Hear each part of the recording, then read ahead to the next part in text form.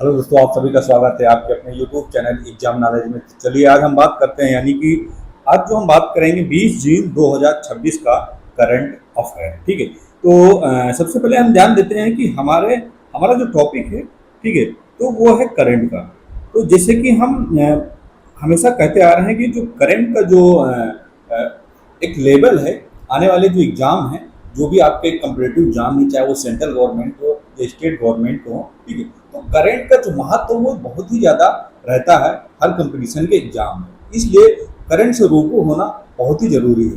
तो आप लोगों से इसीलिए हम हमेशा कहते हैं कि हमारी जो करंट की जो क्लास है वो डेली बेसिस की होती है, यानी कि डे बाय डे आपको डेली जो है हमारी करंट की जो क्लास है वो मिल जाती है।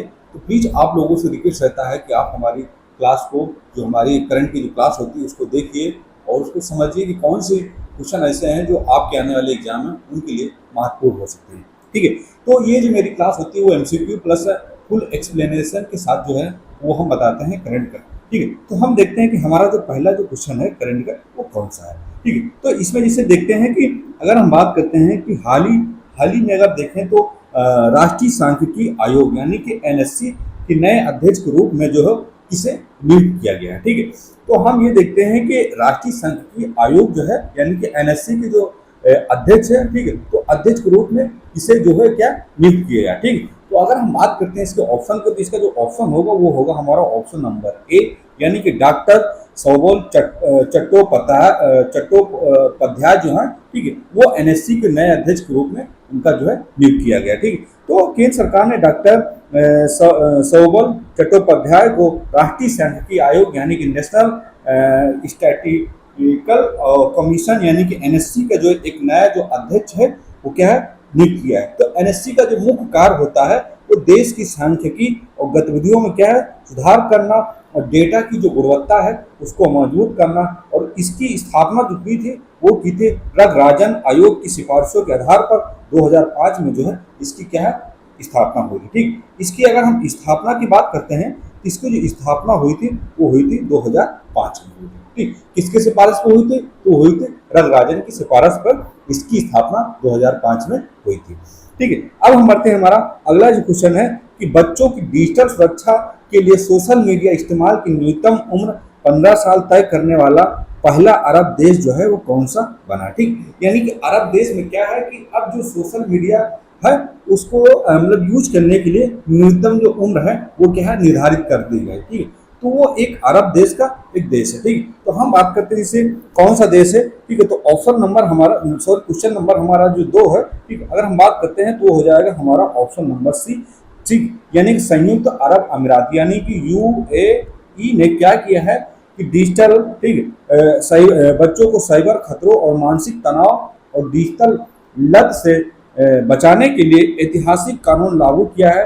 तो इसके तहत क्या है कि अब यूएई में 15 वर्ष से कम उम्र के बच्चों को सोशल मीडिया प्लेटफॉर्म का उपयोग करने पर क्या है कानूनी प्रतिबंध जो है वो क्या है लगा दिया गया। ठीक। यानी कि 15 साल से नीचे के बच्चे जो हैं वो सोशल मीडिया प्लेटफॉर्म, ठीक, वो यूज नहीं कर पाए हैं। ठीक। यानी एक कानूनी प्रतिबंध जो है वो क्या है लगा दिया गया। ठीक है। अब बढ़ते हैं, हमारा अगला जो क्वेश्चन है कि अगला है कि भारत का पहला परमाणु इंजीनियरिंग डिजाइन उत्कृष्टता केंद्र यानी कि कोडेन कहाँ जो है वो स्थापित किया जाएगा। ठीक है। यानी कि भारत का पहला परमाणु इंजीनियरिंग डिजाइन उत्कृष्टता केंद्र जो है वो कहाँ पर स्थापित किया जाएगा। ठीक है। तो हम जैसे कि ऑप्शन जो है इसमें 4 है, लेकिन हम इसमें क्या है सही ऑप्शन की बात करते हैं। तो जो हमारा सही ऑप्शन होगा वो होगा हमारा ऑप्शन नंबर बी, यानी कि आईआईटी हैदराबाद। ठीक। क्या होगा आईआईटी। ठीक। ये हो जाएगा हमारा डबल आई टी। ठीक। तो ये आईआईटी हैदराबाद भारत का पहला परमाणु इंजीनियरिंग डिजाइन उत्कृष्टता केंद्र जो है वो हैदराबाद, आईआईटी हैदराबाद में क्या है स्थापित किया जाएगा। ठीक है। तो भारत का पहला codeine centre of design excellence in nuclear engineering यानी कि आईआईटी हैदराबाद में स्थापित किया जाएगा। और इसके लिए आईआईटी हैदराबाद यानी कि सीपल इंडिया और फ्रांस की राष्ट्रीय कंपनी जो है वो डसल्ट सिस्टम के बीच है एक त्रिपक्षीय, ठीक, यानी 3 त्रिपक्षीय समझौते का एक क्या ज्ञापन जो है वो हस्ताक्षर किए गए। ठीक है। किस पर हस्ताक्षर? तो वो MOU पर क्या हस्ताक्षर किए गए। ठीक है। MOU पर हस्ताक्षर किए गए और केंद्र केंद्र यानी कि देश में परमाणु ऊर्जा क्षेत्र में अनुसंधान और अत्याधुनिक डिजाइन को बढ़ावा देने के लिए जो है वो क्या है, इसका जो है उद्देश्य माना जा रहा है। ठीक है, अब हम बढ़ते हैं, हमारा अगला जो क्वेश्चन है कि महिलाओं की कार्यस्थल पर सुरक्षा से जुड़ा सी बॉक 2.0 पोर्टल किस केंद्र योजना के तहत जो है वो क्या है, विकसित किया गया। ठीक, यानी कि अगर हम बात करते हैं महिलाओं की कार्यस्थल पर से जुड़ा जो है हमारा सी बॉक्स 2.0 जो है तो केंद्रीय योजना के तहत जो विकसित किया गया। ठीक, तो ये महिलाओं किस कार्यस्थल से जो है वो क्या जुड़ा हुआ जो है माना जाता है। ठीक है, तो हमारा क्वेश्चन नंबर हमारा जो 4 है, ठीक है, तो 4 की अगर हम बात करते हैं ये हो जाएगा हमारा ऑप्शन नंबर सी। ठीक, यानी कि मिशन शक्ति। ठीक, मिशन, ये हो जाएगा हमारा मिशन शक्ति, ऑप्शन नंबर सी। ठीक है, तो महिला एवं बाल विकास मंत्रालय द्वारा जारी सी बॉक्स 2.0 पोर्टल यानी कि सेक्सुअल हरेसमेंट इलेक्ट्रॉनिक बॉक्स को मिशन शक्ति के उपघटक के तहत जो है वो क्या है, एक अपग्रेड किया गया है। और यह पोर्टल जो है सरकारी और निजी, ठीक, यानी कि सरकारी और निजी, यानी कि सरकारी और निजी दोनों क्षेत्रों में काम करने वाली महिलाओं को कार्यस्थल पर होने वाले यौन उत्पीड़न, ठीक, नहीं चाहे कि सरकारी सेक्टर हो या चाहे प्राइवेट सेक्टर, दोनों जगह, ठीक, तो जो महिलाओं को कार्यस्थल पर जो होने वाले यौन उत्पीड़न है तो उसकी शिकायत ऑनलाइन दर्ज करने और उनकी जांच की स्थिति यानी कि स्टेटस को सीधे ट्रैक करने की जो सुविधा है वो क्या है, उपलब्ध है। ठीक है, अब हम बढ़ते हैं, हमारा अगला क्वेश्चन है कि WIPO, ठीक है, यानी कि वीपो पेटेंट सहयोग की अगर बात करते हैं संधि, तो PCT रैंकिंग के वैश्विक टॉप 20 में जगह बनाने वाली एकमात्र भारतीय कंपनी जो है वो कौन सी है। ठीक है, यानी कि अगर हम देखें तो हमारी जो कंपनी है कि कौन सी, वीपो। ठीक है, तो वीपो की पेंटिंग सहायक संधि PCT रैंक के एक वैश्विक टॉप 20 में जगह बनाने वाली एकमात्र भारतीय कंपनी जो बनी है तो वो कौन सी। ठीक, तो क्वेश्चन नंबर हमारा 5 है, तो अगर हम बात करते हैं तो वो हो जाएगा हमारा ऑप्शन नंबर बी। ठीक, ये हो जाएगा हमारी रिलायंस। ठीक है, क्या हो जाएगा, रिलायंस जियो, रिलायंस जियो। ठीक है, रिलायंस जियो, ये हो जाएगा हमारी जियो। ठीक, तो विश्व बौद्धिक संपदा यानी कि हम बात करते हैं वीपो की पेटेंट सहयोग की जो एक संधि जो रैंकिंग है उस रिलायंस के वैश्विक स्तर के अनुसार अगर हम देते हैं तो 20 में शामिल होने वाली भारत की पहली और एकमात्र कंपनी जो है वो क्या है, जियो। तो जियो जो है यह स्थान जो है 5G यानी कि आर्टिफिशियल इंटेलिजेंस AI यानी क्लाउड कंप्यूटिंग के अगली पीढ़ी की डिजिटल तकनीकों में बड़े पैमाने पर जो है पेटेंट फाइल करने का जो क्या है कारण जो है वो क्या है, मिला हुआ है। ठीक है, अब हम बढ़ते हैं, हमारा अगला जो क्वेश्चन है कि हाल ही में खगोलविदों ने जेम्स वेब टेलीस्कोप की मदद से यानी कि PSR Z2322 और 5650 नामक अनोखे और एक्सप्लोनेट खोज की है। ठीक, तो इसकी क्या है, एक्सप्लेनेट की जो है वो क्या है, खोज की है। तो इसका आकार जो है वो किस वस्तु जैसा हो गया। ठीक, यानी कि इसकी जो खोज की है इसका जो आकार है वो किस वस्तु द्वारा यानी किस वस्तु की तरह जो है वो क्या हो गया। ठीक, तो अगर हम बात करते हैं इसके ऑप्शन की तो इसका जो ऑप्शन होगा वो होगा हमारा ऑप्शन नंबर बी। ठीक है, तो बी जो होगा हमारा सही होगा। ठीक है, तो हम बात करते हैं यानी कि अमेरिकी अंतरिक्ष एजेंसी की अगर हम बात करते हैं तो वो है नासा। तो नासा के जेम्स वेब स्पेस टेलीस्कोप की मदद से वैज्ञानिकों ने एक अजीबो गरीब बाहरी ग्रह यानी एक्सप्लोनेट खोजा है। ठीक, तो यह जो ग्रह है यह अपने मूल तारे यानी कि एक पल्सर के इतने करीब रहकर चक्कर लगा रहा है कि पल्सर के अत्यधिक शक्तिशाली गुरुत्वाकर्षण बल के कारण इसका जो आकार है वो क्या है, खींच कर नींबू या रग्बी फुटबॉल जैसा हो गया। तो इसका वायुमंडल मुख्य रूप से जो है वो हीलियम और कार्बन से क्या है बना, यानी इसका जो इसका जो वायुमंडल है मुख्य रूप से क्या है, हीलियम और कार्बन से बना हुआ है। ठीक है, अब हम बढ़ते हैं, हमारा अगला जो क्वेश्चन है कि हाल ही में खबरों में रही है धसान। ठीक है, धसान नदी। तो धसान रिवर निम्नलिखित में से किस नदी की दाहिनी ओर सहायक यानी कि ट्रिब्यूटरी नदी जो है मानी जाती है। ठीक, तो हम धसान नदी की बात करते हैं तो ये किस नदी की दाहिनी ओर जो है क्या बहती है। ठीक, तो हम अगर देखते हैं इसके आंसर की सही आंसर की बात करते हैं, इसका जो सही आंसर होगा वो होगा हमारा ऑप्शन नंबर बी। ठीक, तो ये जो हमारी धसान नदी है ये बेतवा की, ठीक है, क्या बेतवा नदी के दाहिनी ओर। ठीक,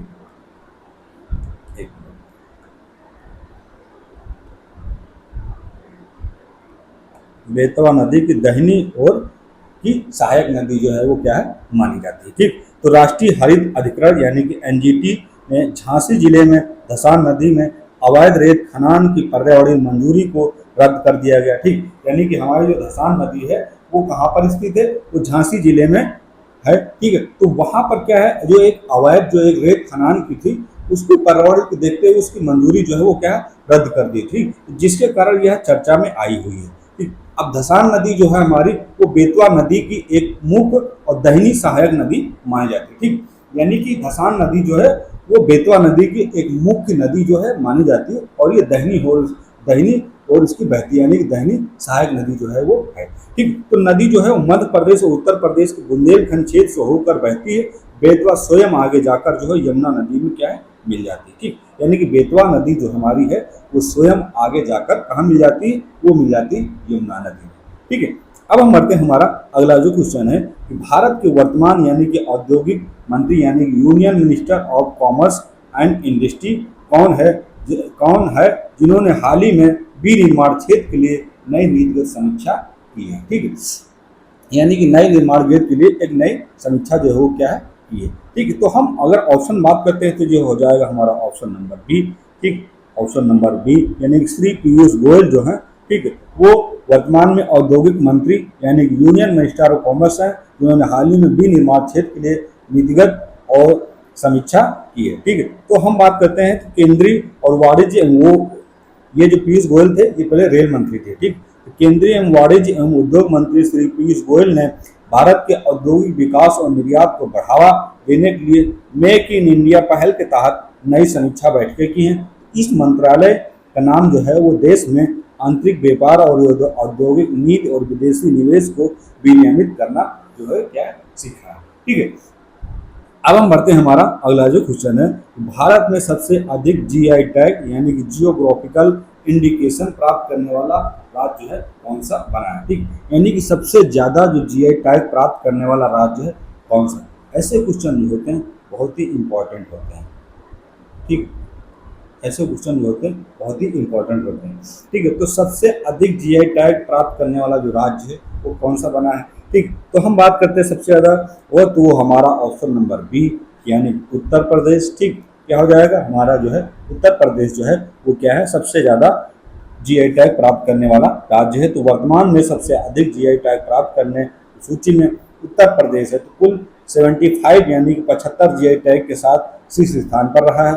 और बता दें कि भारत में सबसे पहला जीआई टैग जो है 2004 और 2005 में पश्चिम बंगाल की प्रसिद्ध दार्जिलिंग चाय को दिया गया था। ठीक, यानी कि भारत में सबसे पहले जो जीआई टैग था वो सबसे पहले 2004 और 5 में बंगाल जो पश्चिम बंगाल है, ठीक है, तो जो हमारी दार्जिलिंग की जो चाय है उसको जो है सबसे पहले जीआई टैग जो है वो क्या है दिया गया था। ठीक, अब हम बढ़ते हैं, हमारा अगला जो क्वेश्चन है कि हाल ही में इंडिया एआई मिशन के तहत भारतीय डेवलपर्स के लिए लॉन्च किए गए स्वदेशी वीडियो जनरेशन यानी कि एआई मॉडल का नाम जो है वो क्या रखा गया है। ठीक है, तो हम बढ़ते हैं इसमें कि देखते हैं हमारा इसका जो आंसर होगा वो सही आंसर क्या होगा। ठीक, तो स्वदेशी वीडियो जनरेशन यानी कि एआई मॉडल का नाम जो है वो क्या रखा। ठीक है, तो इसका जो ऑप्शन हो जाएगा वो हो जाएगा हमारा ए। ठीक, तो ये हो जाएगा हमारा वार्या। ठीक, क्या हो जाएगा वार्या जो है वो एआई मॉडल का नाम है।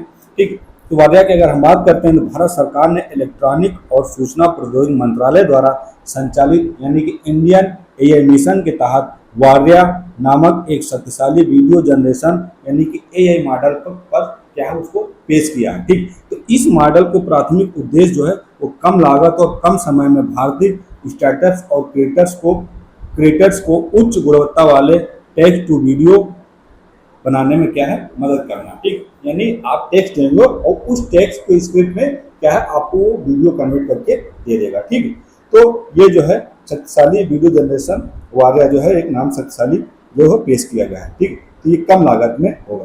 तो हमारा आज जो 20 जून का जो हमारा करंट अफेयर की जो क्लास थी तो वो क्या है करनी कंप्लीट हो गई। तो प्लीज़ आप लोगों से रिक्वेस्ट करते हैं कि आप वीडियो को लाइक करिए, सब्सक्राइब करें, दोस्तों को शेयर करिए, कमेंट करके बताते रहिए कि कैसी हमारी जो क्लासेस है करंट वो कैसे चल रही है। फिर हम मिलेंगे नेक्स्ट क्लास के साथ। जय हिंद, जय भारत।